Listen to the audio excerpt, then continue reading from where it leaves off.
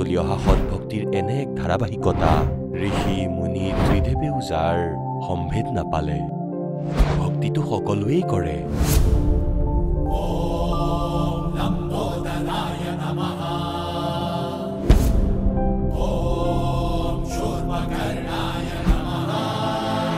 আৰু সকলো সময়তে এইটোৱেই ভাবে যে থাকিবলৈ এটা ভাল ঘৰ হওক ফুৰিবৰ কাৰণে ডাঙৰ ডাঙৰ পাৰ্ক থাকক খাবৰ বাবে সোৱাদযুক্ত খাদ্য থাকক আমাৰ কেতিয়াও বেমাৰ নহওক কেতিয়াও যেন দুখত নাথাকো আৰু কেতিয়াও যাতে নমৰো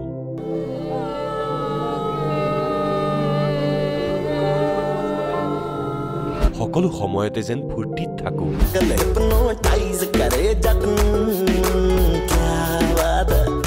কিন্তু কি এয়া সম্ভৱ আমি সকলোৱে ইমান ভক্তি কৰো ব্ৰত ৰাখো শ্ৰাদ্ধ পাতো যাত্ৰা কৰো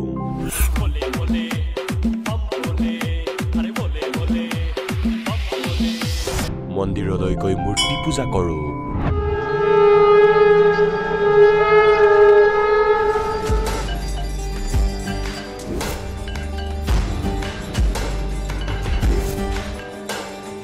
भानुकोटिभास्वरं भवाब्धितारकं परं नीलकण्ठमिप्सितार्थदायकं त्रिलोचनं कालकालमम्बुजाशमक्षशूलमक्षर चर्चলৈ গৈ প্ৰেয়াৰ কৰো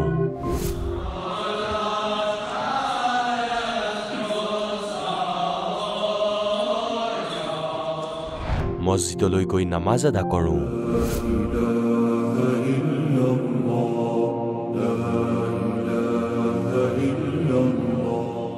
আল্লাহু আকবাৰ কবীৰা আৰু গুৰুদ্বাৰালৈ গৈ শিৰ দোৱাও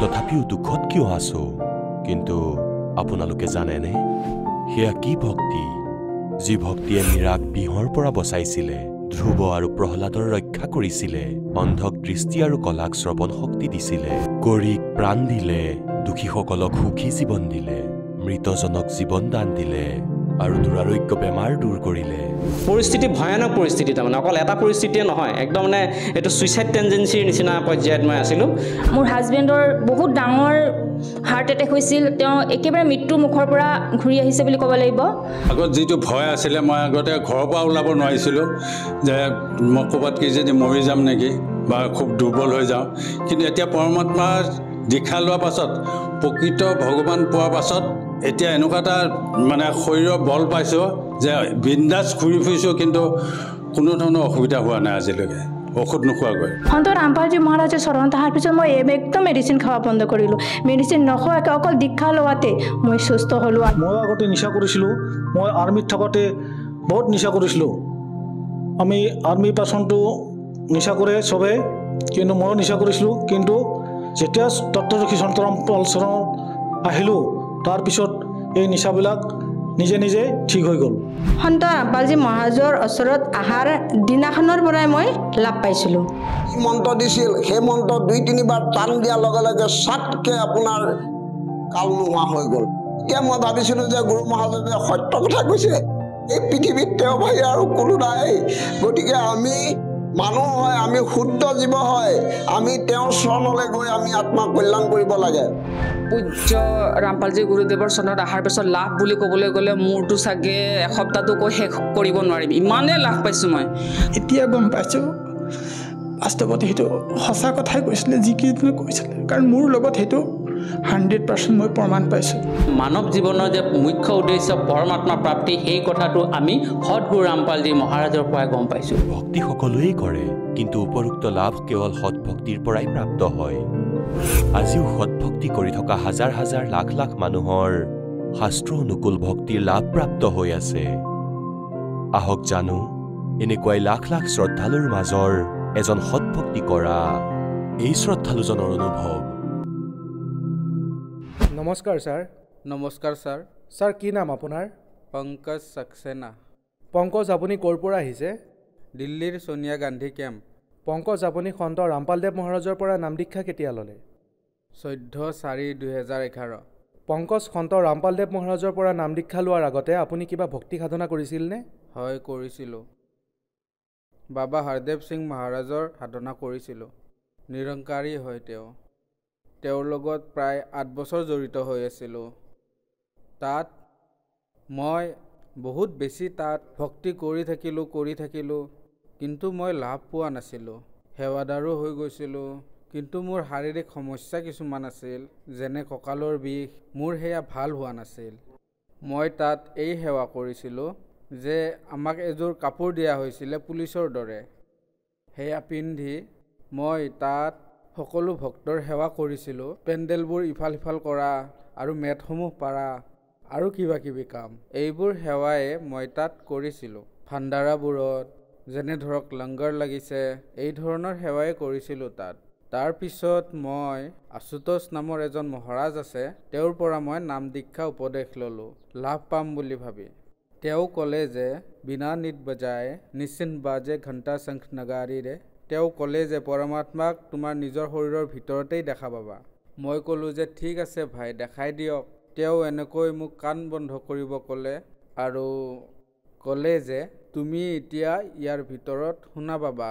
মই সেয়া প্ৰায় 1.5-2.5 ঘণ্টা বহি থাকিলোঁ আৰু তাৰ ভিতৰত যেতিয়া চালোঁ, তেতিয়া মই পোহৰ দেখা পালোঁ, বহুত তীব্ৰ পোহৰ দেখা পালোঁ আৰু পোহৰ দেখা পাইছিলোঁ নীলা হালধীয়া আছিলে। মই সেয়া দেখি ভাবিলোঁ যে তেওঁৱেই পৰমাত্মা। তাৰপিছত লাহে লাহে প্ৰায় আমি 1.5 ঘণ্টা অথবা 2 ঘণ্টা, প্ৰায় 1 ঘণ্টা সদায় কৰিছিলোঁ এই সাধনা।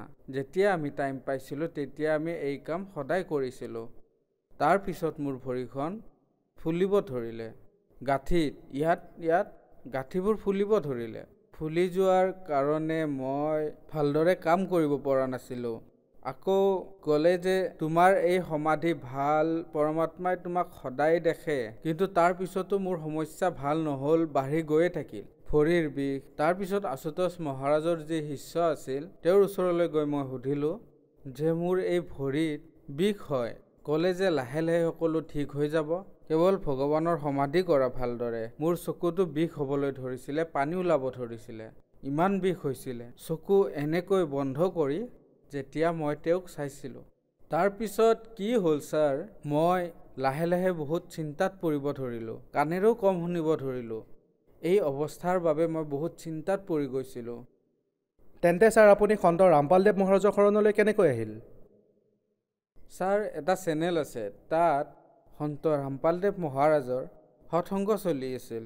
সন্ত ৰামপালদেৱে কৈ আছিলে যে যিসকল মোৰ শিষ্য হয় তেওঁৰ তাত 24টা সিদ্ধি আহি যায়, এই প্ৰথম নাম উপদেশ যিয়ে লৈ লয়।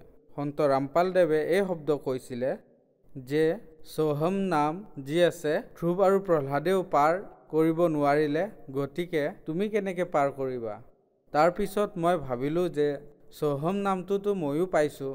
আশুতোষ মহাৰাজদেৱে কৈছিলে বাহিৰলৈ এৰা, হম ভিতৰলৈ নিয়া। এয়াই সোহম হৈ গ'ল, ভগৱানৰ নাম হৈ গ'ল। এনেকুৱা কৰি কৰি মই ক'লোঁ যে আমিওতো এনেকুৱা নাম জপে কৰোঁ, ধ্ৰুৱ প্ৰহ্লাদেই যদি পাৰ কৰিব পৰা নাই, আমি কেনেকৈ পাৰিম?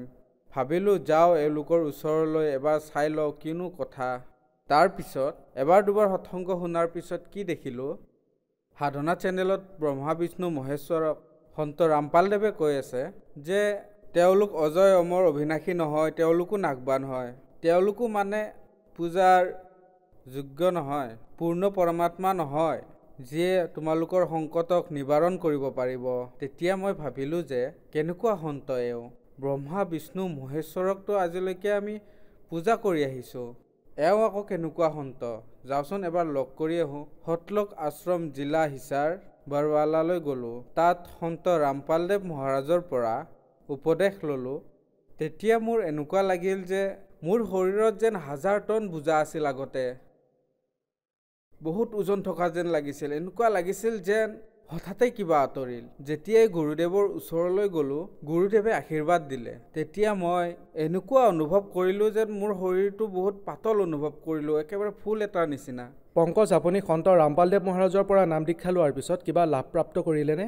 হয়, মই বহুত ডাঙৰ লাভ প্ৰাপ্ত কৰিছোঁ।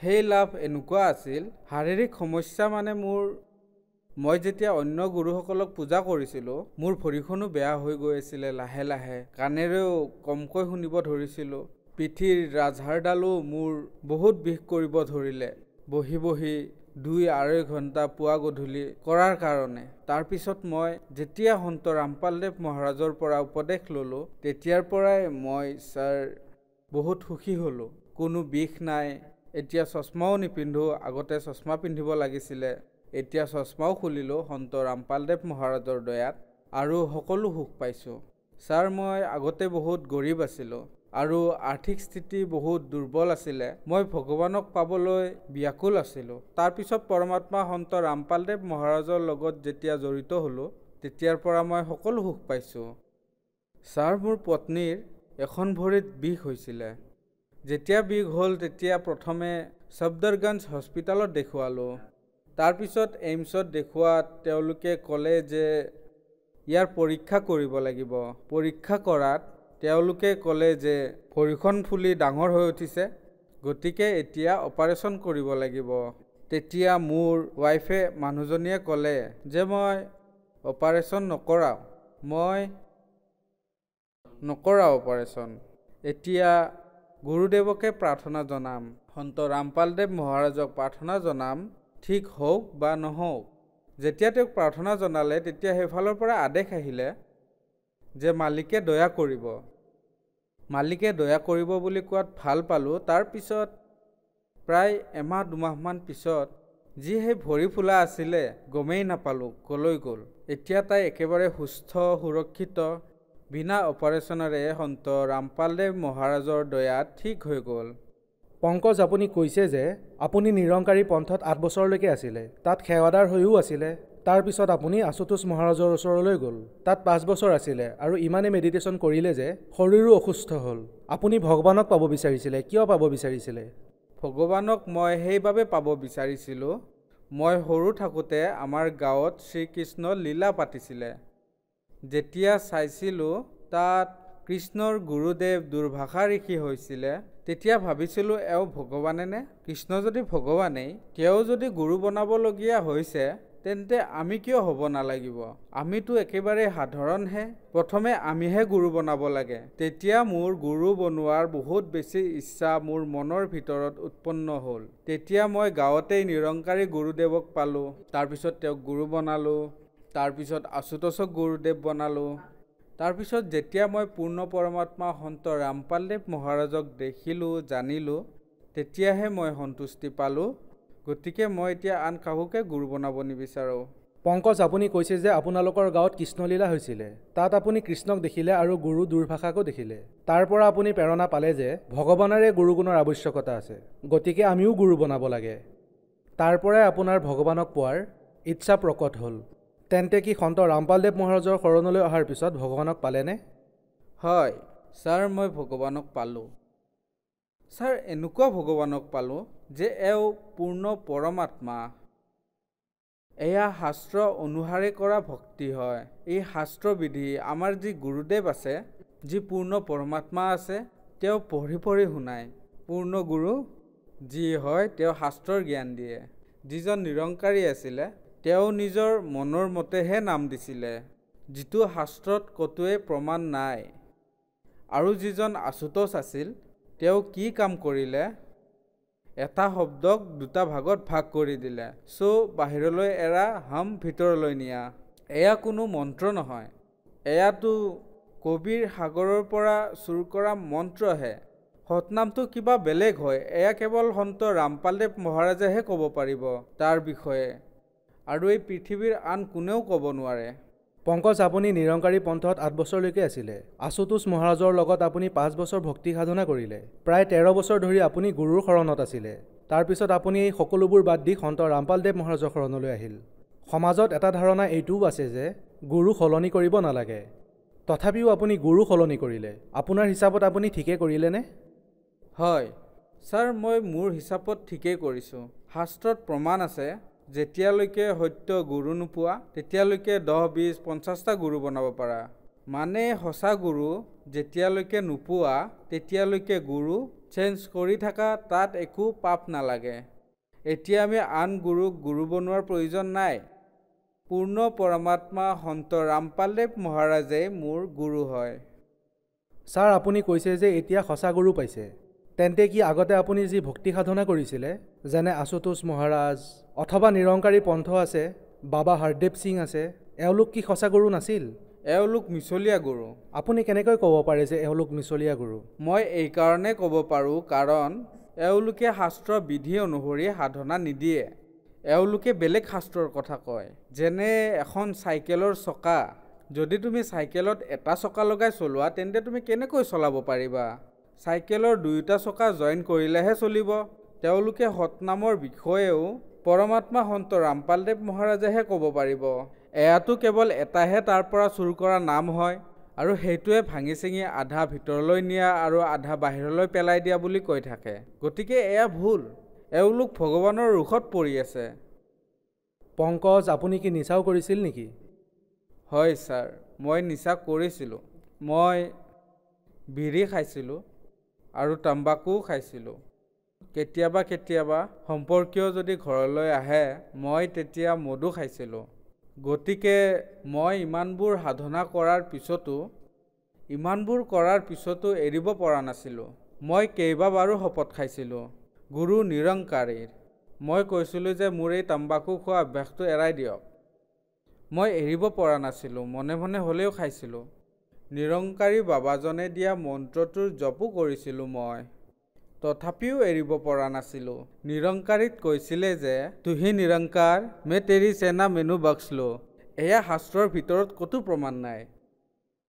এই যি মন্ত্ৰ আমাক দিয়া হৈছিলে যে তুহি নিৰংকাৰ মে তেৰি সেনা মেনু বক্সলো, এয়াতো ছাৰ এক প্ৰকাৰে ভগৱানৰ এয়া কয় যে আৰাধনা। ছাৰ, আপুনি কৈছে যে আপুনি নিৰংকাৰী পন্থত আছিল আৰু নিচা এৰিব বিচাৰিছিল কিন্তু এৰিব পৰা নাছিল। তেন্তে কি নিৰংকাৰী পন্থত নিচা কৰাটো এলাও আছিল নেকি? হয়, এলাও আছিল। তাত মাংস খোৱাও এলাও আছিল। কোৱা হয় খান পান সিৰ্ফ তন কে খাতিৰ ৰুহ সে কোই সম্বন্ধ নেহি। তাত মাংসও খাব পাৰে আৰু নিচাও কৰিব পাৰে। তাত কৰিব নোৱাৰে য'ত সৎসংগ চলি থাকে। পিছত সকলো কৰিব পাৰে।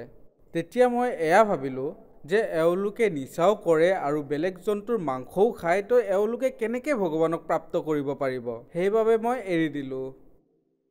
তেন্তে কি সন্ত ৰামপালদেৱ মহাৰাজৰ শৰণলৈ অহাৰ পিছত আপুনি নিচা কৰিব এৰিলেনে? হয় ছাৰ, সন্ত ৰামপালদেৱ মহাৰাজৰ পৰা যেতিয়াই উপদেশ ল'লোঁ, উপদেশ দিয়াৰ পিছত মোক ক'লে যে এইবোৰ তুমি কৰিব নোৱাৰা। তেতিয়া মই ভাবিলোঁ যে ভাই মই ইমান দিনে চেষ্টা কৰিও এয়া এৰাব পৰা নাছিলোঁ, আৰু এবাৰ চেষ্টা কৰি চাওঁ। তেতিয়া ভগতদেৱে ক'লে যে চেষ্টা কৰিবা, নাখাবা। মই ক'লোঁ ঠিক আছে। সন্ত ৰামপালদেৱ মহাৰাজৰ পৰা উপদেশ লৈ অহাৰ পিছত যেতিয়া মোৰ খোৱাৰ বাবে ইচ্ছা গৈছিলে, তেতিয়া মই প্ৰথম মন্ত্ৰ মাতিবলৈ আৰম্ভ কৰি দিওঁ, আৰু যেতিয়া আৰম্ভ কৰোঁ তেতিয়া সেই নিচা মোৰ ওচৰলৈ নাহিছিল। এতিয়া যদি কোনোবাই বিড়ি চিগাৰেট তাম্বাকু খাই মোৰ ওচৰলৈ আহে, মই বহুত বেয়া গোন্ধ পাওঁ। আগতেতো ভাল পাইছিলোঁ, কিন্তু এতিয়া বহুত বেয়া গোন্ধ পাওঁ ছাৰ। এতিয়া মই এনেকৈ মোৰ নিচাৰ অভ্যাস এৰিব পাৰিলোঁ। ধন্যবাদ ছাৰ। ধন্যবাদ। এতিয়া জগতগুৰু তত্ত্বদৰ্শী সন্ত ৰামপাল গুৰু মহাৰাজৰ সৎসংগৰ মাধ্যমেৰে সেই অদ্বিতীয় আধ্যাত্মিক জ্ঞানৰ বিষয়ে জানি লওঁ, যাৰ মাধ্যমেৰে আপোনালোকেও প্ৰাপ্ত কৰিব পাৰিব এনেকুৱা আধ্যাত্মিক, মানসিক আৰু ভৌতিক সুখ যি এতিয়ালৈকে কেৱল আপোনালোকে মীৰাবাই, ধ্ৰুৱ, প্ৰহ্লাদ আদি কেইজনমান ভক্তৰ জীৱন কথাতহে শুনিছে। এতিয়া শুনক তত্ত্বদৰ্শী সন্তৰ সৈতে শাস্ত্ৰ অনুকূল ভক্তি সৎসংগ, এনেকুৱা অদ্বিতীয় আধ্যাত্মিক জ্ঞান যাৰ প্ৰমাণ আছে সকলো ধৰ্মৰ সকলো পবিত্ৰ শাস্ত্ৰত। এতিয়া বেদে যিবোৰ কৈ আছে সেই পৰমাত্মাক গতি কৰি আহে আৰু আমাৰ আধ্যাত্মিক যজ্ঞত আহে। আধ্যাত্মিক অনুষ্ঠানতো তেওঁ গুপ্ত ৰূপত থাকে আৰু ভাল আত্মাসকলৰ লগত আহি লগ কৰে, আৰু সেই পৰমাত্মাই নিজেও কয় জাহা জন সে মহিমা শুনো। য'ত মোৰ মহিমা চলে, য'ত মোৰ জ্ঞান প্ৰচাৰ হয়, তাহ মই গমন কৰন্তে, তালৈ মই গৈ পাওঁ এপলকতে। পहुंचूंगा क्षण एक में जन अपने के काज, हिरण्यकशिपु जो मार दूं और नरसिंह धर लूं साज। तो यहाँ परमात्मा कहते हैं जहाँ जन से महिमा सुनो, तहाँ मैं गमन करंत, ताते उपस्थित हो गति करी। और वो तो नगर निश्चिंत रहो जहाँ मेरे प्यारे संत। য'ত মোৰ মৰমৰ আত্মা আছে, কোৱা হৈছে সেই নগৰকো মই হানি হ'বলৈ নিদিওঁ। পবিত্ৰ বাইবেলত লিখা আছে, এঠাইত কোৱা হৈছে এজন ব্যক্তিৰ ওচৰত ভগৱান গৈছিলে আৰু তেখেতে কৈছিলে যে এনেকৈ সেই নগৰত হাহাকাৰ হৈ আছে আৰু মানুহে অন্যায় কৰি আছে, সেই নগৰখনক মই নাশ কৰিম। তেতিয়া সেই ভগতজনে সুধিলে যে প্ৰভু, যদি সেই নগৰত আপোনাৰ 10জন ভক্ত থাকে তেনেহলে কি আপুনি নগৰখন নাশ কৰিব? ক'লে নাই, যদি মোৰ 10জনো ভগত থাকে তেন্তে মই সেই নগৰক নাশ নকৰো। আকৌ সুধিলে তাতে যদি আপোনাৰ 2জনো ভগত থাকে তেনেহলে নাশ কৰিবনে? ক'লে নাই, মোৰ 1জন ভগত থাকিলেও সেই নগৰক মই নাশ নকৰো। तेंते पुण्यात्मा हकल याते परमात्मा ताके কৈছে, जहाँ जन की महिमा सुनो तहाँ मैं गमन करंत, और वो तो नगर निश्चिंत रहो जहाँ मेरे प्यारे सत। तेंते पुण्यात्मा हकल एजन भगतर কাৰণেও এখন নগৰ বাছি থাকে, তাত যিমানে বেয়া মানুহ নাথাকক কিয়। तो इसलिए कहते हैं संत ना होते जगत में तो जड़ मरता संसार। तेंते परमात्मा प्रत्येक যুগতেই থাকে, प्रत्येक ক্ষণতে থাকে, কিন্তু সেই সময়ত তেওঁৰ যি স্থিতি হয় সেয়া গুপ্ত থাকে, তেওঁ কোনেও চিনি নাপায়, নহলে কালে জুই লগাই দিব ইয়াত। সেই পৰমাত্মাই এই যি জ্বলি থকা কালৰ লোকত বৰফৰ কাম কৰি আছে ইয়াত, আৰু পৰমেশ্বৰে প্ৰত্যেক ব্ৰহ্মাণ্ডত নিজৰ এটা গোপন স্থান নিৰ্মাণ কৰি ৰাখিছে, যেনেকৈ ৰাজদূত ভৱন থাকে, আৰু তাতে থকাৰ কাৰণে আমি ইয়াত বহুত ৰেহাই পাইছো। গতিকে পুণ্যাত্মাসকল, ই কাল, আৰু কাল আপুনি হয়তো দেখিছে, গীতাত নিজৰ বিশাল শৰীৰ দেখুৱাইছে, ৰূপ দেখুৱাইছে। তেতিয়া অৰ্জুনৰ দৰে যোদ্ধায়ো কঁপি উঠিছিল, থৰ থৰকৈ কঁপিছিল, আৰু তাকে আমি ভগৱান মানি আছিলো।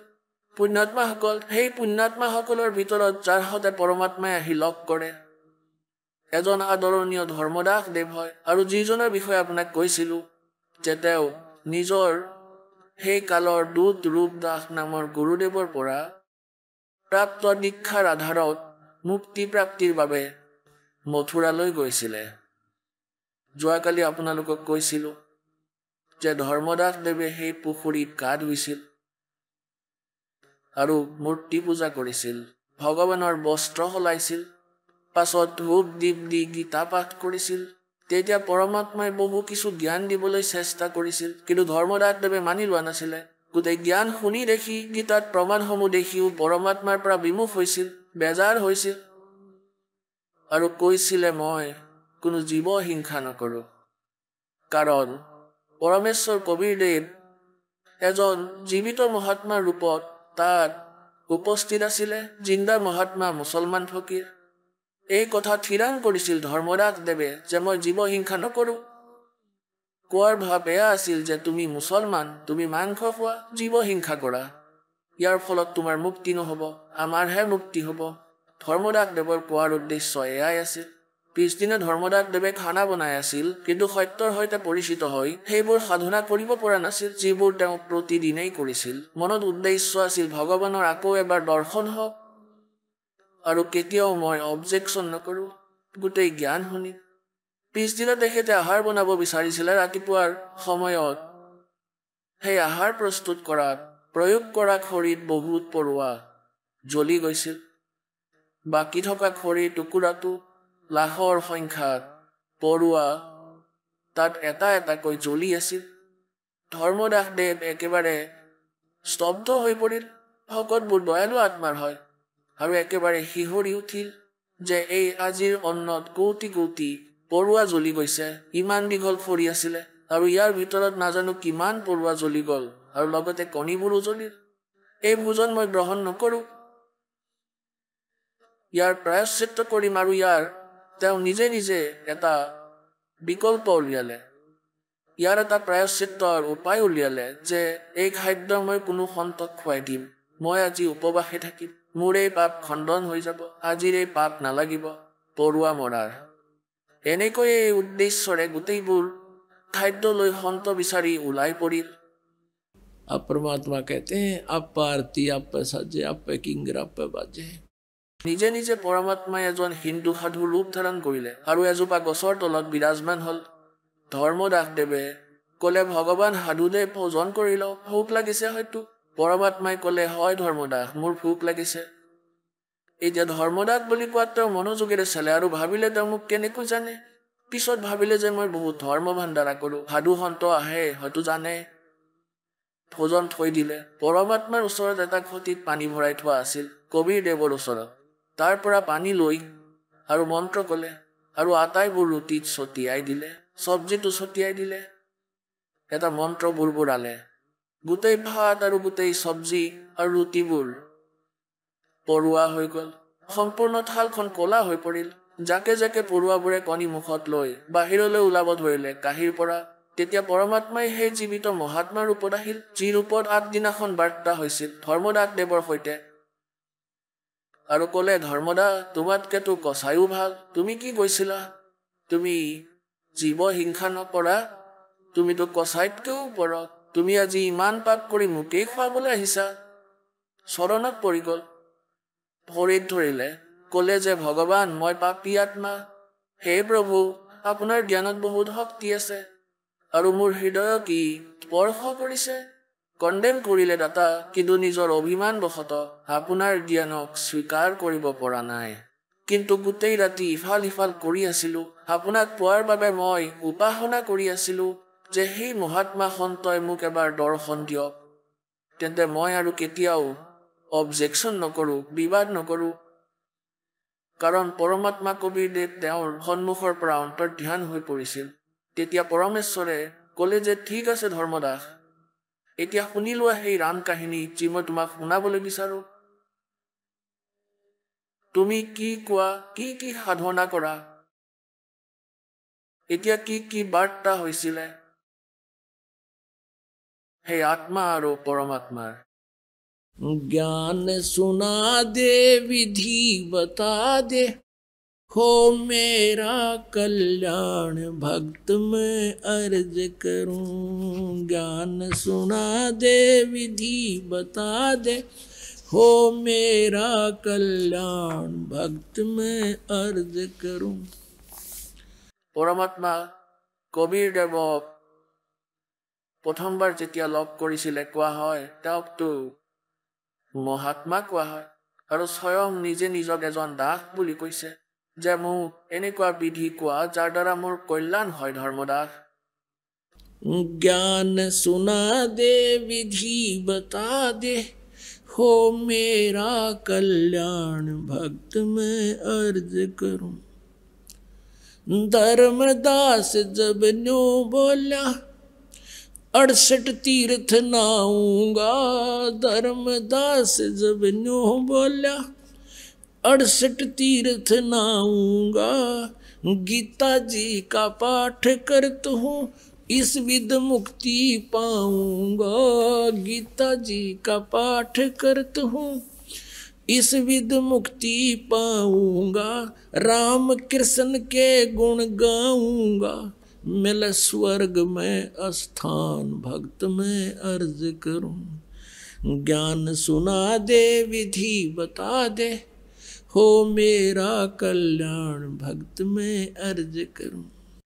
এসময়ত ব্ৰহ্মাদেৱ আৰু বিষ্ণুদেৱৰ মাজত এই বিষয়ত বিবাদ হৈছিল যে ব্ৰহ্মাদেৱে কৈছিল যে মই সৃষ্টিৰ ৰচয়িতা হয় আৰু বিষ্ণু তুমি মোৰ পুত্ৰ, তোমাৰ উৎপত্তি মোৰ পৰা হৈছে।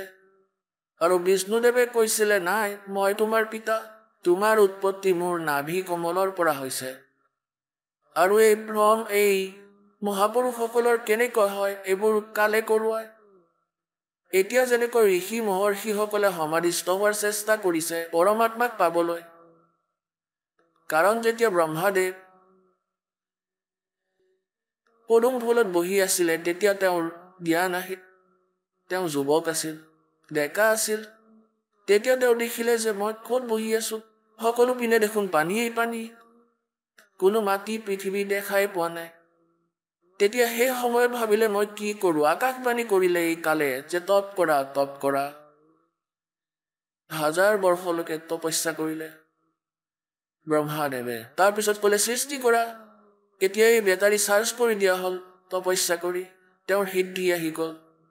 আৰু তেওঁ ৰজগুণযুক্ত তেওঁ আছিলে আৰু ক্ৰিয়া দি দিলে যে তুমি সমূহ জীৱৰ উৎপত্তি তেওঁৰ দ্বাৰা নহয়, তেওঁৰ মাজত থকা ৰজগুণৰ কাৰণে আমি প্ৰভাৱিত হৈ পৰোঁ। যেনেকৈ জলকীয়া,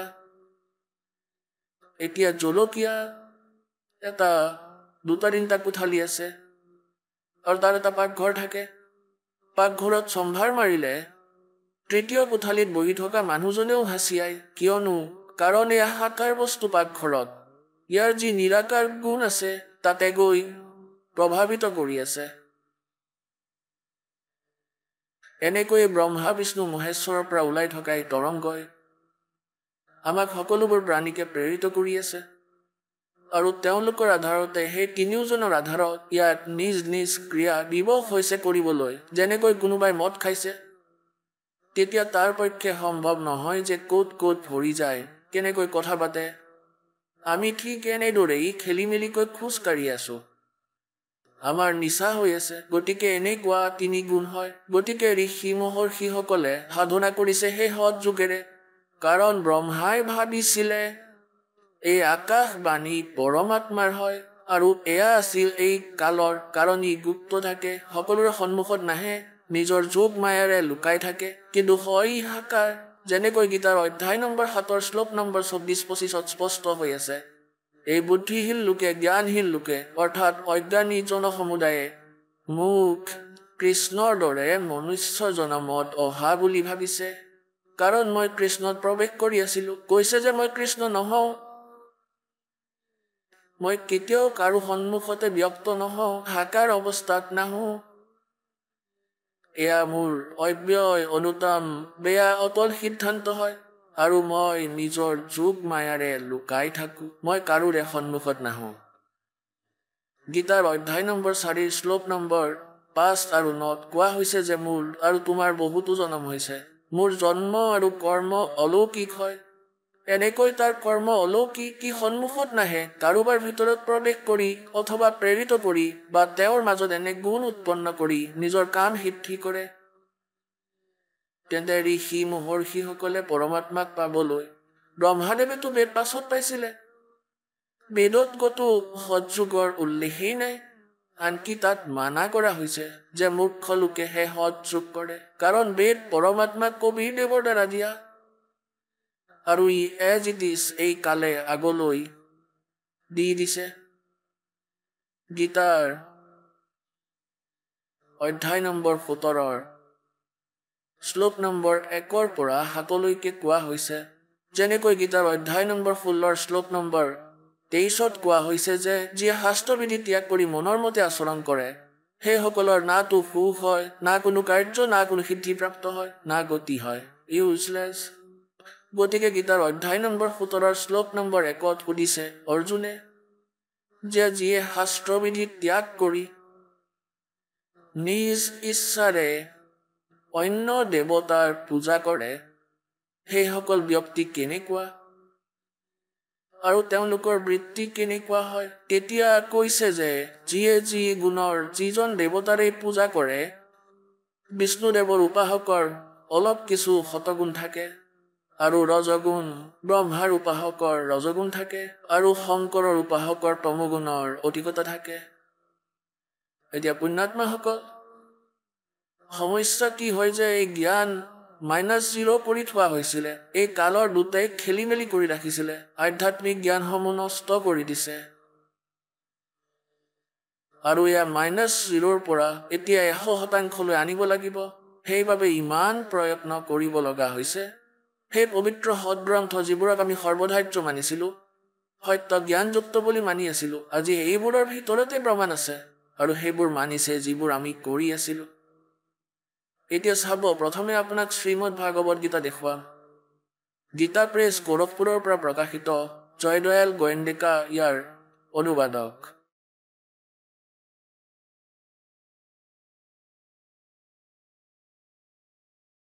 এতিয়া চাব, গীতাৰ অধ্যায় নম্বৰ 16 আৰু শ্লোক নম্বৰ 23 কোৱা হৈছে যে যিজন পুৰুষে শাস্ত্ৰবিধি ত্যাগ কৰি নিজৰ মনৰ ইচ্ছাৰে আচৰণ কৰে, নিজৰ মতে জপ কৰে, মনৰ মতে পূজা কৰে, যিবোৰ গীতা আৰু বেদত বৰ্ণিত নাই ইয়াৰ বিৰুদ্ধে কৰে, তেওঁ নাতো সিদ্ধিপ্ৰাপ্ত কৰে, না পৰম গতি আৰু না সুখ। এতিয়া 16 নং অধ্যায়ৰ 24 নং শ্লোকত ই অন্তিম শ্লোক অধ্যায় 16 ইয়াৰে তোমাৰ বাবে এই কৰ্তব্য আৰু অকৰ্তব্য ব্যৱস্থা শাস্ত্ৰয়ে প্ৰমাণ এনেকৈ জানি তুমি শাস্ত্ৰ বিধিৰে নিয়ত কৰ্ম কৰাৰহে যোগ্য হবা তৎক্ষণাৎ অৰ্জুনে সুধিলে এতিয়া 17 নং অধ্যায়ৰ অৰ্থাৎ 17 অধ্যায় 17 নং অধ্যায়ৰ প্ৰথম মন্ত্ৰ হে কৃষ্ণ যি মনুষ্যই শাস্ত্ৰবিধি ত্যাগ কৰি শ্ৰদ্ধাৰে যুক্ত হৈ দেৱ দেৱীৰ পূজা কৰে তেওঁলোকৰ স্থিতি বাৰু কোনটো হয় সাত্বিক হয় অথবা ৰাজসিক নে তামসিক এতিয়া নম্বৰ 2 17 নং অধ্যায়ৰ দ্বিতীয় শ্লোক মনুষ্যৰ হে সংস্কাৰ ৰহিত স্বভাৱেৰে উৎপন্ন শ্ৰদ্ধা সাত্বিক আৰু ৰাজসিক তথা তামসিক এনেকুৱা 3 প্ৰকাৰৰ হয় সেয়া মোৰ পৰা শুনা এতিয়া এই কালে কৈ আছে এয়া শ্ৰী ভগৱান চাব এয়া গীতাৰ জ্ঞানদাতা শ্ৰীকৃষ্ণত প্ৰৱেশ কৰি কৈ আছে মোৰ পৰা শুনা তৃতীয়টোত কৈছে যে হে ভাৰত গোটেই মনুষ্যৰে শ্ৰদ্ধা তেওঁলোকৰ অন্তকৰণৰ অনুৰূপ হয় আৰু এই পুৰুষ সমুদায় সেয়েহে যি পুৰুষ যেনেকুৱা শ্ৰদ্ধাৰ হয় তেওঁ স্বয়ং তেনেকুৱাই অৰ্থাৎ যিজন ঈশ্বৰ পূজা কৰে তেওঁ তেনেকুৱাই হয় এতিয়া স্পষ্ট হৈ গ'ল যে এয়া চাব যে শাস্ত্ৰবিধি ত্যাগ কৰি মনে বিচৰা আচৰণ কৰোতা তেওঁলোক দেৱ পূজাৰী হয় দেৱতাৰ পূজা কৰোতা সাত্বিক পুৰুষে দেৱী পূজা কৰে দেৱতাৰ পূজা কৰে এই ভাল আত্মাবোৰে কিন্তু এয়া হ'ল শাস্ত্ৰবিধি ৰহিত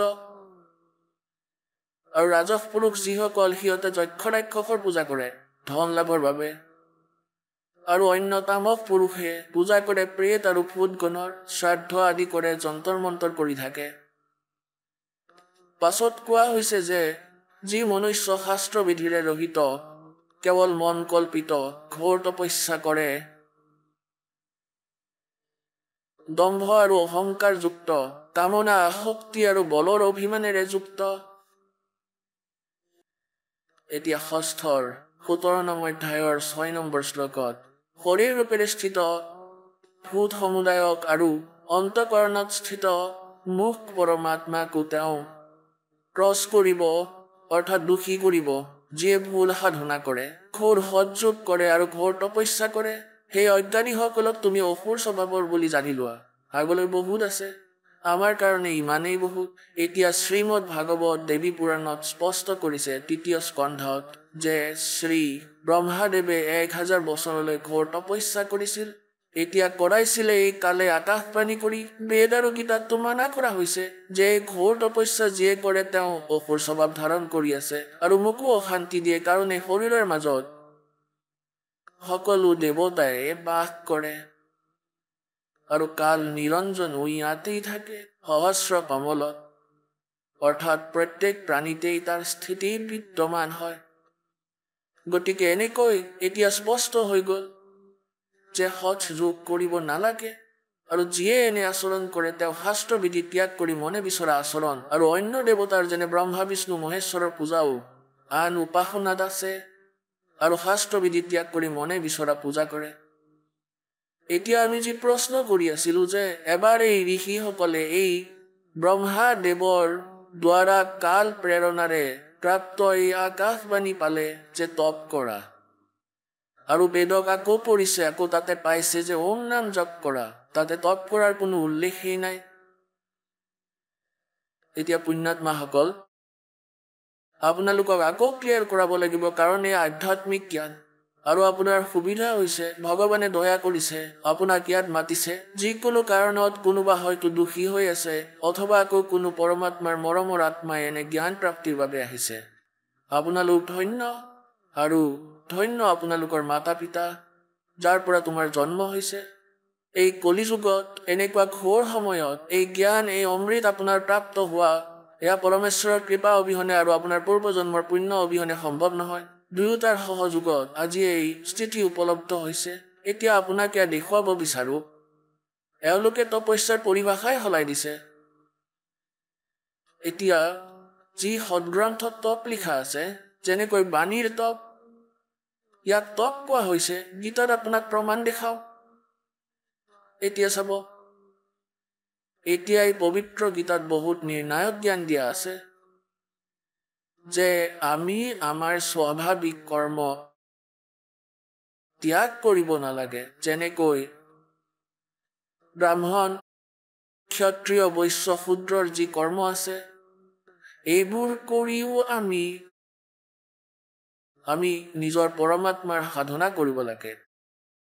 চাওক গীতাৰ অধ্যায় নম্বৰ 18, গীতাৰ অধ্যায় নম্বৰ 18 আৰু শ্লোক নম্বৰ আমি ইয়াৰ পৰা লওঁ 45 পৰা।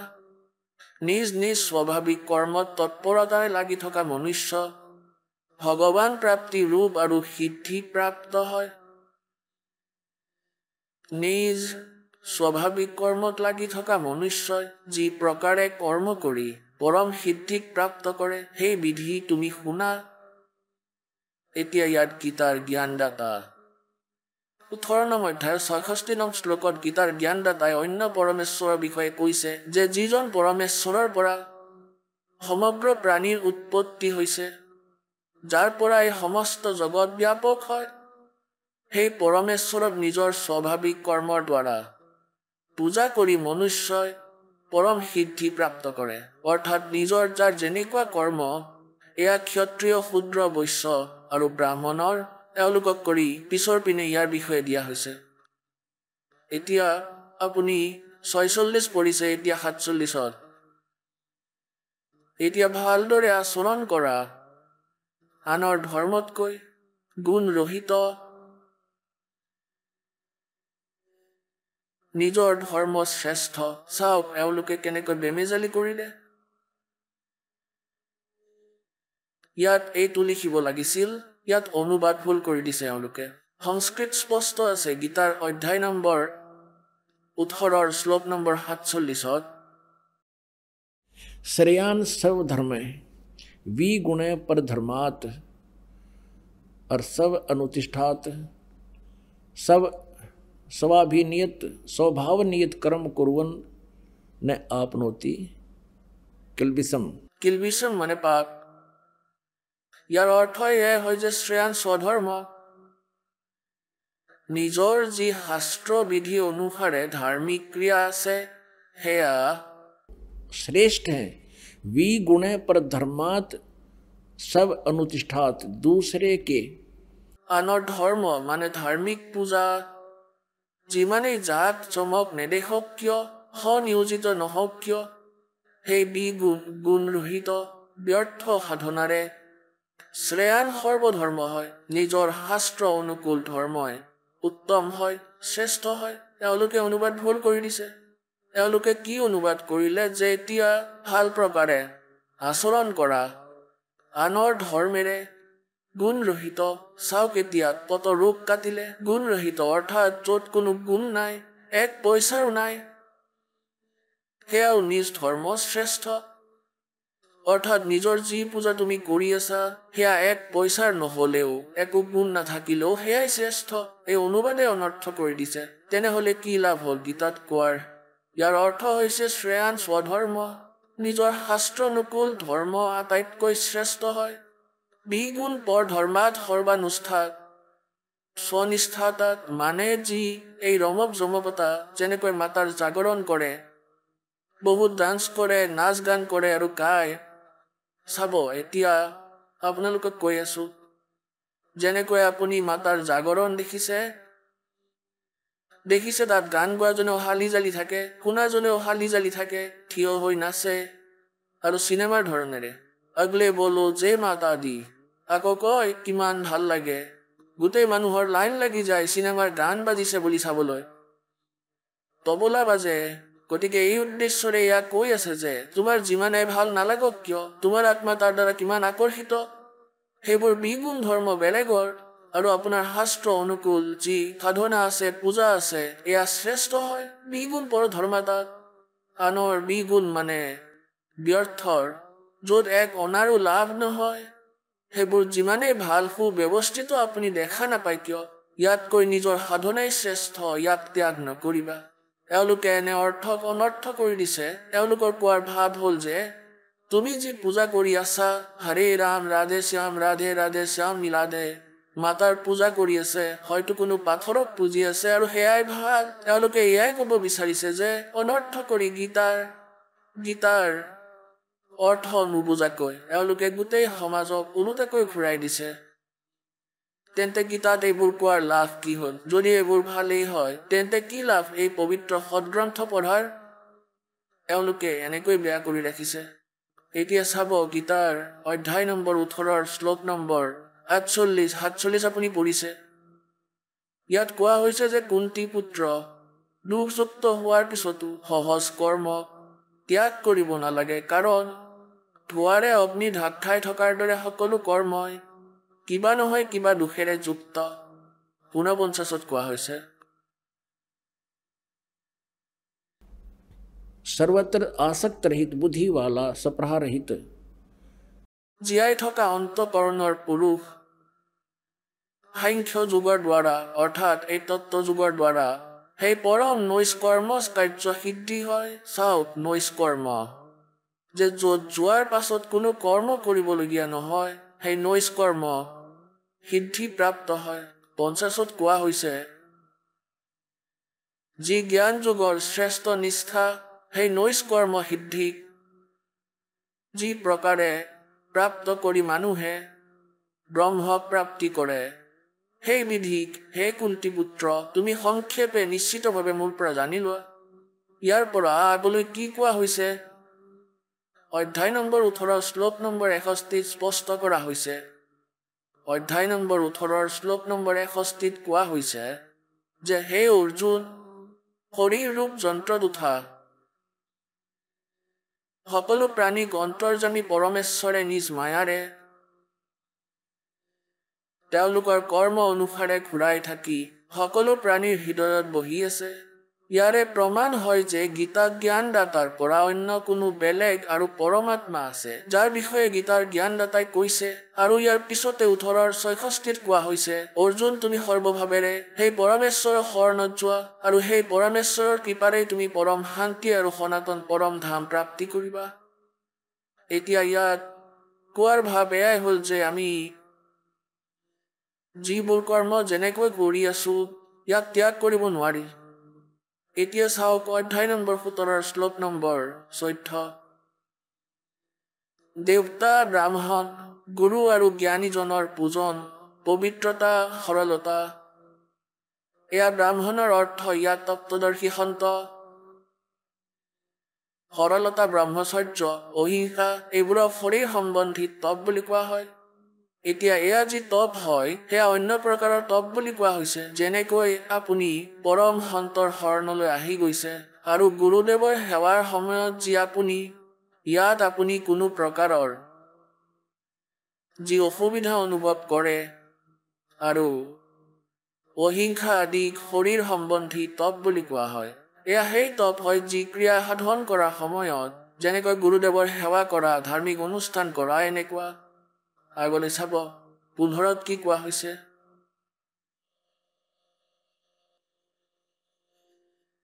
এয়া 17 অধ্যায়ৰ 15 শ্লোক। যি উদ্বেগ নকৰা প্ৰিয় হিতকাৰক এবং যথাৰ্থ ভাষণ হয়, তথা বেদ শাস্ত্ৰৰ পঠন পাঠন এবং পৰমেশ্বৰৰ নাম জপৰ অভ্যাস হয়, ইয়াকেই বাণী সম্বন্ধীয় তপ বুলি কোৱা হয়। এতিয়া আপোনালোকে শুনিলে জগতগুৰু তত্ত্বদৰ্শী সন্ত ৰামপাল গুৰু মহাৰাজৰ মংগল প্ৰবচন। আহক এতিয়া শুনো ভগতসকলৰ অনুভৱ, যিসকলে সন্ত ৰামপাল গুৰু মহাৰাজৰ প্ৰমাণিত জ্ঞানৰ পৰা প্ৰভাৱিত হৈ নাম দীক্ষা লৈ বহুতো লাভ প্ৰাপ্ত কৰিলে। নমস্কাৰ। নমস্কাৰ ছাৰ। কি নাম আপোনাৰ? লক্ষ্মী ৰাভা। আপুনি ক'ৰ পৰা আহিছে? কামৰূপ ডিষ্ট্ৰিক্ট বক অসমৰ পৰা আহিছোঁ। আপুনি সন্ত ৰামপাল গুৰু মহাৰাজৰ পৰা নাম দীক্ষা কেতিয়া লৈছিল? 2020 11 মে'ত লৈছিলোঁ। সন্ত ৰামপাল গুৰু মহাৰাজৰ পৰা নাম দীক্ষা লোৱাৰ আগতে আপুনি কেনেধৰণৰ ভক্তি সাধনা কৰিছিল? হয়, গুৰু মহাৰাজৰ আগত মই বহুত দেৱ দেৱীক পূজা কৰিছিলোঁ। 33 কোটি দেৱ দেৱী বুলি ক'ব লাগিব। ব্ৰহ্মা, বিষ্ণু, মহেশ্বৰ, পৰমাণী, বিশ্বহৰি, বসুমতী মায়ে মানে পূজা কৰিছিলোঁ। সোমবাৰ আৰু বৃহস্পতিবাৰ মানে এনেকৈ পূজা কৰিছিলোঁ। আপুনি হিন্দু সমাজত প্ৰচলিত সেই দেৱতাসকলৰ পূজা কৰি আছিলে, তেনে ক্ষেত্ৰত আপুনি সন্ত ৰামপাল গুৰুমহাৰাজৰ শৰণলৈ কিয় আহিব লগা হ'ল? হয়, বহুত ভক্তি কৰিও মানে বহুত কষ্ট মানে ভুগি আছিলোঁ, সেইকাৰণে গুৰুজীৰ চৰণত আহিব লগা হ'ল। কেনেধৰণৰ কষ্টত ভুগি আছিলে? হয়, মাহত এবাৰ বা দুবাৰ এনেকৈ এজনে মানে জ্বৰত পৰিলে আৰু আন এজন জ্বৰত পৰে, একজনে ভাল হ'লে আৰু এজন মানে জ্বৰত পৰি মানে এনেকৈ অসুবিধা হৈয়ে আছিল মাহে মাহে। এনেকৈ মানে জ্বৰ বেমাৰ বা বহুতখিনি সমস্যা হৈছিল বা আই ওলাইছিল, এনেকৈ বহুতখিনি কষ্ট ভুগি আছিলোঁ। আৰু যিহেতু বৰ্তমান আধুনিকতাৰ যুগ, আমাৰ চিকিৎসা পদ্ধতি উন্নত হৈছে, আপোনালোকে ডক্টৰে কিবা চিকিৎসা কৰিব লাগিছিলে, ডক্টৰৰ ওচৰলৈ নগৈ আপোনালোকে সন্ত ৰামপাল গুৰুমহাৰাজৰ শৰণলৈ কিয় আহিব লগা হ'ল? হয় ছাৰ, আমি ডক্টৰক দেখাইছিলোঁ, ডক্টৰৰ ওচৰত গৈ ঔষধ বহুত খাইছিলোঁ, তথাপিও ভাল পোৱা নাছিলোঁ। পিছত গৈ মানে গুৰুজীৰ যিটো জ্ঞান পালোঁ, আমি গোটেই সৎভক্তি পালোঁ, তেতিয়া মানে কিতাপখন পঢ়ি যিটো জ্ঞানটো বুজি পালোঁ, আধ্যাত্মিক জ্ঞান হয়, সেইটোৰ কাৰণে আমি গুৰুজীৰ চৰণত আহিব লগা হ'ল। কোনখন কিতাপৰ কথা কৈছে আপুনি? কি কিতাপৰ কথা কৈছে তাত জ্ঞান বুজি পালে? হয়, মোৰ স্বামীয়ে যেতিয়া লকডাউনত মানে মোবাইলত দেখিছিলে গুৰুজীৰ এটা ভিডিঅ', তাত মানে জ্ঞান গংগা কিতাপখন PDF-ৰ জৰিয়তে পাইছিলে, তেতিয়া তেওঁ প্ৰিণ্ট কৰি ওলাই আনি পঢ়িবলৈ দিছিলে। তেতিয়া পঢ়ি মানে যিটো জ্ঞানটো বুজি পালোঁ, হয় এইটোহে সৎভক্তি হয়, আৰু আমি যিটো ভক্তি কৰি আছিলোঁ সেইটো মানে সৎভক্তি নাছিলে, সেইকাৰণে আমি লাভ পোৱা নাছিলোঁ, আৰু এইটো সৎভক্তি হয় কাৰণে আমি ইয়াত আহিব লগা হ'ল। আৰু বৰ্তমান যি সাধনা কৰি আছে সন্ত ৰামপাল গুৰুমহাৰাজৰ পৰা নাম দীক্ষা লৈ আপুনি অন্য কেনেধৰণৰ লাভ পাইছে সেই সন্দৰ্ভত অলপ জনাওকচোন। হয়, গুৰুজীৰ চৰণত অহাৰ পৰা আমি, মোৰ দুজনী ছোৱালী আছিলে, সিহঁতে গুঠলি মানে জুলনা খেলি আছিলে, জুলনা খেলি মানে পুৰি গ'ল সিহঁতে। তেতিয়া আমি দৌৰি আহিলোঁ, মোৰ স্বামী আৰু মই দৌৰি আহিলোঁ, আহি মানে বহুত জয় শব্দ হৈছিলে, ভাবিছিলোঁ বহুত মানে কষ্ট পালে, তেনেকৈ আহি দৌৰি চালোঁ, কান্দিছে তেওঁ, জ্বৰে মানে চিঞৰি চিঞৰি কান্দিছে সৰু মাইনাই। তাৰপিছত মানে চালোঁ ক'তো মানে খুন হোৱা নাই, এনেকুৱা মানে লাভ পালোঁ আৰু পৰমাত্মাৰ দয়াত। আৰু সঁচাকৈ এইটো ভাবিব লগা কথা, আপোনালোকে সন্ত ৰামপাল গুৰুমহাৰাজৰ পৰা নাম দীক্ষা লোৱাৰ পিছতে আপোনালোকে বিভিন্ন সমস্যাৰ পৰা পৰিত্ৰাণ পাইছে, আৰু এখন জ্ঞান গংগা নামৰ যিখন পুথিৰ কথা ক'লে, সেই পুথিখন আপোনালোকে অধ্যয়ন কৰি তেখেতৰ জ্ঞান বুজি শৰণাগত হৈ তেখেতৰ ভক্তি সাধনা কৰি উপকৃত হৈছে। আৰু এনেকুৱা কি জ্ঞান প্ৰদান কৰে সন্ত ৰামপাল গুৰুমহাৰাজে, যাৰ দ্বাৰা নেকি আপোনালোকে ইমান উপকৃত হ'বলৈ সক্ষম হৈছে? হয় ছাৰ, মানে আমাৰ গুৰুদেৱে এইটোৱে কয় যে গোটেই শাস্ত্ৰ প্ৰমাণ কৰি দেখুৱাইছে, বা টিভিত চালেও দেখিব বা ইউটিউবত চাৰ্চ কৰি চালেও মানে দেখিব যে গোটেই শাস্ত্ৰ খুলি বেদ গীতা পুৰাণ এইবিলাক গোটেই খুলি দেখাইছে যে ভক্তি আমি এনেদৰে কৰিব লাগে, যিটো আমি লাভ পাব পাৰোঁ, সেই ভক্তি কৰিলেহে আমি লাভ হ'ব পাৰিম, শাস্ত্ৰমতে এই ভক্তি কৰিলেহে আমি লাভ হ'ব পাৰিম বুলি জ্ঞানটো বুজিলোঁ, তেতিয়া আমি সৎভক্তি কৰিলোঁ। আমাৰ সমাজত যিহেতু বিভিন্ন লাখৰ তুলনাত আধ্যাত্মিক গুৰু আছে, সেইসকলেতো শাস্ত্ৰ আধাৰতে ভক্তি বিধি প্ৰদান কৰি আছে, সেইসকল আৰু বৰ্তমান আপোনালোকৰ সন্ত ৰামপাল গুৰুমহাৰাজৰ মাজত ভক্তিৰ যি বিধি, ইয়াৰ পাৰ্থক্যটো কি আচলতে? হয় ছাৰ, এইটো মানে খুব ধুনীয়া প্ৰশ্ন কৰিছে আপুনি। যিবিলাকে নকলি গুৰু আছে, তেওঁলোকে অকল মন মানা কয়, তেওঁলোকে মুখেৰে কয়, মানে কিতাপখন কেতিয়াও খুলি নেদেখায় বা গীতাখন কেতিয়াও খুলি নেদেখায়। আৰু আমাৰ যিটো গুৰুদেৱে এতিয়া গোটেই ৱৰ্ল্ডত মানে টিভি স্ক্ৰীণত মানে খুলি দেখাইছে, গোটেই গীতাত কি লেখা আছে, বাইবেলত কি লেখা আছে, কোৰাণত কি লেখা আছে, এই গোটেইখিনি বস্তু প্ৰমাণ দি মানে দেখুৱাই দিছে, সেইকাৰণে এই সৎভক্তিত মানে আমি আহিছোঁ বা জড়িত হৈছোঁ। আপুনি যিহেতু এগৰাকী শিক্ষিত মহিলা হিচাপে তেখেতৰ জ্ঞানটো আপুনি বুজি শুনিয়ে তেখেতৰ শৰণ গ্ৰহণ কৰিছে, আৰু আপুনি উল্লেখ কৰিছে যে সন্ত ৰামপাল গুৰুমহাৰাজে সকলো সৎগ্ৰন্থৰ আধাৰত সাধকসকলক ভক্তিবিধি প্ৰদান কৰে। এনে ক্ষেত্ৰত আৰু এষাৰ কথা জানিব খুজিম, আমাৰ যিহেতু ভাৰতবৰ্ষতো লাখৰ তুলনাত আধ্যাত্মিক গুৰু আছে, তেনে ক্ষেত্ৰত আপুনি অকল সন্ত ৰামপাল গুৰুমহাৰাজকে যে গুৰু হিচাপে ধাৰণ কৰিলে, তেখেতটো হাৰিয়ানা প্ৰান্তৰ হয়, দিল্লী প্ৰান্তৰ নিবাসী হয়, ইয়াৰ কাৰণটো কি অলপ জনাবনে? হয় ছাৰ, যিসকলে ধৰ্মগুৰু আছে তেওঁলোকে শাস্ত্ৰ খুলি কেতিয়াও নেদেখায়, আৰু আমাৰ গুৰুদেৱে যিটো শাস্ত্ৰত মানে খুলি খুলি দেখুৱাই দিছিল, তেতিয়া আমি বুজি পালোঁ যে এওঁই সৎগুৰু হয়। সেইকাৰণে আমি হাৰিয়ানাই হওক বা য'ৰেই হওক, মানে গুৰুদেৱৰ যিখিনি জ্ঞান শুনি মানে ভাল পালোঁ, প্ৰমাণ দেখুৱাই দিলে, তেতিয়া আমাৰ বুজি পালোঁ যে এইটোৱে সৎভক্তি হয়, সেইকাৰণে আমি গুৰুদেৱৰ চৰণত আহিলোঁ। হয় মহাশয়া, যিহেতু আপুনি সন্ত ৰামপাল গুৰুমাজৰ জ্ঞান সম্পূৰ্ণকৈ বুজিয়ে তেখেতৰ শৰণ গ্ৰহণ কৰিলে, লাগিলে তেওঁ হাৰিয়ানা প্ৰান্তৰেই হওক বা দিল্লী প্ৰান্তৰেই হওক তেখেতৰ শৰণ গ্ৰহণ কৰিছে। আমি আপোনালোকৰ ভক্তসকলৰ সন্ত ৰামপাল গুৰুমাজৰ শিষ্যসকলৰ যেতিয়া আমি অনুভৱ শুনো, তেওঁলোকে কয় যে সন্ত ৰামপাল গুৰুমাজৰ শৰণ গ্ৰহণ কৰিলে বিভিন্ন প্ৰকাৰে লাভ পায়, মানে শাৰীৰিকভাৱে হওক বা আৰ্থিকভাৱে হওক। কোনো লোকে কেঞ্চাৰতকৈ কেঞ্চাৰ ৰোগৰ পৰাও আৰোগ্য হোৱা আমি দেখিছোঁ, আৰু শুনিছোঁ যে তেখেতৰ পৰা নাম দীক্ষা লোৱাৰ পিছতে নিচাৰ পৰা পৰিত্ৰাণ পায়। এই ক্ষেত্ৰত এগৰাকী শিক্ষিত মহিলা হিচাপে আপোনাৰ পৰা জানিব খুজিম, সন্ত ৰামপাল গুৰুমাজৰ শৰণ গ্ৰহণ কৰিলে প্ৰকৃততে নিচাৰ পৰা পৰিত্ৰাণ পাব পাৰিনে? হয় ছাৰ, এইটো বহুত ধুনীয়া প্ৰশ্ন কৰিছে আপুনি। হয়, আমাৰ গুৰুজীৰ যিটো জ্ঞান মানে আধ্যাত্মিক জ্ঞান, এই জ্ঞানটো আগতে আমি পোৱা নাছিলোঁ। যিটো জ্ঞান মানে এতিয়া আমি পাইছোঁ, সেই জ্ঞানৰ দ্বাৰা মানে চব নিচাই হওক বা যিকোনো বেয়া বস্তুৱে হওক চব মানে ত্যাগ কৰি দিয়ে। আৰু গুৰুজীয়ে এইটো আধ্যাত্মিক জ্ঞান বা মন্ত্ৰ ভক্তিৰ দ্বাৰাই মানে সেইখিনি পৰমাত্মাই দয়া কৰে। তেতিয়া আমাৰ ভক্তসকলৰ যিটো আগৰ মানে মদ ভাং বা বিড়ি চিগাৰেট এইবিলাক খাইছিল, তেওঁলোকে যেতিয়া গুৰুজীৰ জ্ঞান শুনি মানে বুজি পায়, তেতিয়া মানে অট'মেটিকলি নিজে নিজে মানে সেই বস্তুৰ পৰা আঁতৰি থাকে। আৰু আপুনি এগৰাকী বড়ো সম্প্ৰদায়ৰ লোক, সেই বড়ো সম্প্ৰদায়ৰ লোক হিচাপে আপোনাৰ ঘৰত যিবিলাক খাদ্য মানে আপোনালোকে ভক্ষণ কৰে, আগতে আপোনালোকে তেনেধৰণৰ মাছ মাংস তেনেকুৱা ভক্ষণ কৰিছিলনে? হয় ছাৰ, আমি আগতে বহুত মাছ মাংস খাইছিলোঁ। এতিয়া গুৰুজীৰ জ্ঞানত মানে যিটো বুজি পালোঁ যে জীৱ হত্যা মহাপাপ হয়। মানে আগতে খাইছিলোঁ যদিও আমি বুজি পোৱা নাছিলোঁ যে পাপ হয় বুলি জানিছিলোঁ, তথাপিও আমি খাইছিলোঁ। এইটো কৰিলে কি হয় সেইটো বুজি পোৱা নাছিলোঁ। এতিয়া যিটো গুৰুদেৱে যিটো আমাৰ সৎসং বুলি কয় মংগল প্ৰবচন হয়, সেইটোত শুনি মানে গুৰুজীৰ জ্ঞান আধাৰত যিটো বুজিলোঁ যে জীৱ হত্যা মহাপাপটো কিমান ডাঙৰ পাপ হয়, কিমান ডাঙৰ অপৰাধ হয়, বা আমি মৃত্যু হ'লে কি শাস্তি হ'ব লাগে, কি শাস্তি খাব লাগে, সেইটো বুজি পাই মানে আমি সেইবিলাক ত্যাগ কৰিলোঁ এতিয়া। হয় মহাশয়, আপুনি যিহেতু জনালে যে সন্ত ৰামপাল গুৰুমাজৰ ভক্তিবিধিৰ দ্বাৰা সঁচাকৈ যিবিলাক আমাৰ সমাজত প্ৰচলিত কুপৰম্পৰা, অন্ধবিশ্বাস আৰু লগতে যিবিলাক আমাৰ বদ অভ্যাস, নিচাৰ পৰা পৰিত্ৰাণ পাব পাৰি। এতিয়া যিসকল দৰ্শকে আপোনাক আজি টিভি স্ক্ৰীণত চাই আছে, প্ৰত্যক্ষ কৰি আছে, এনেকুৱা বহু লোক আছে যিয়ে নেকি বিভিন্ন ধৰণৰ সমস্যাত ভুগি আছে, টকা পইচাৰ অভাৱতে হওক বা যিকোনো অন্য কিবা সমস্যাতে হওক। সেই সকলো লোকে যদি আপোনাৰ দৰে উপকৃত হ'ব বিচাৰে, তেওঁলোকে কেনেদৰে উপকৃত হ'ব পাৰিব? হয়, আমি যিটো বেমাৰত ভুগি আছিলোঁ, কষ্ট ভুগি আছিলোঁ, ভক্তি কৰিও ইমান মানে ব্ৰহ্মা বিষ্ণুক পূজা কৰিও আমি কষ্ট ভুগি আছিলোঁ, মানে লাভ পোৱা নাছিলোঁ। এতিয়া মানে গুৰুজীৰ চৰণত আহি যিটো আমি ভক্তি কৰি লাভ পাইছোঁ, সেইটো ভক্তি আপোনালোকেও বা টিভি স্ক্ৰীণত চাই বা বুজিব পাৰে, জ্ঞানটো পঢ়িব পাৰে। সন্ত ৰামপালজী মহাৰাজৰ মংগল প্ৰবচন শুনিব পাৰে টিভি চেনেলত, সাধনা চেনেলত, আৰু ইউটিউবত চাৰ্চ কৰিলেও মানে পাব। সেই জ্ঞানটো মানে অৰ্জন কৰি আপোনালোকেও বুজক আৰু আপোনালোকে আমাৰ দৰে ওলাই আহক আৰু সৎভক্তি কৰক।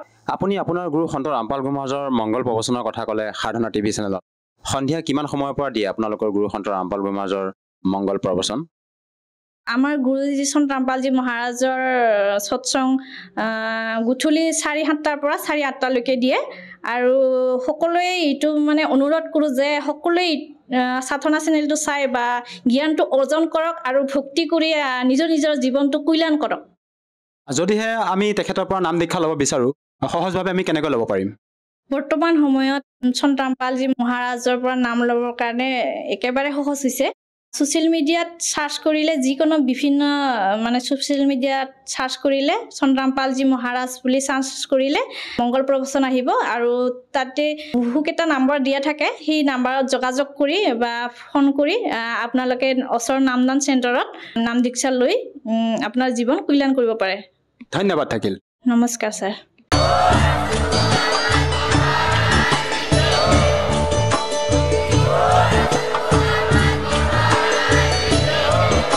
আপুনি শুনি আছিলে জগতগুৰু তত্ত্বদৰ্শী সন্ত ৰামপাল গুৰু মহাৰাজৰ মংগল প্ৰবচন।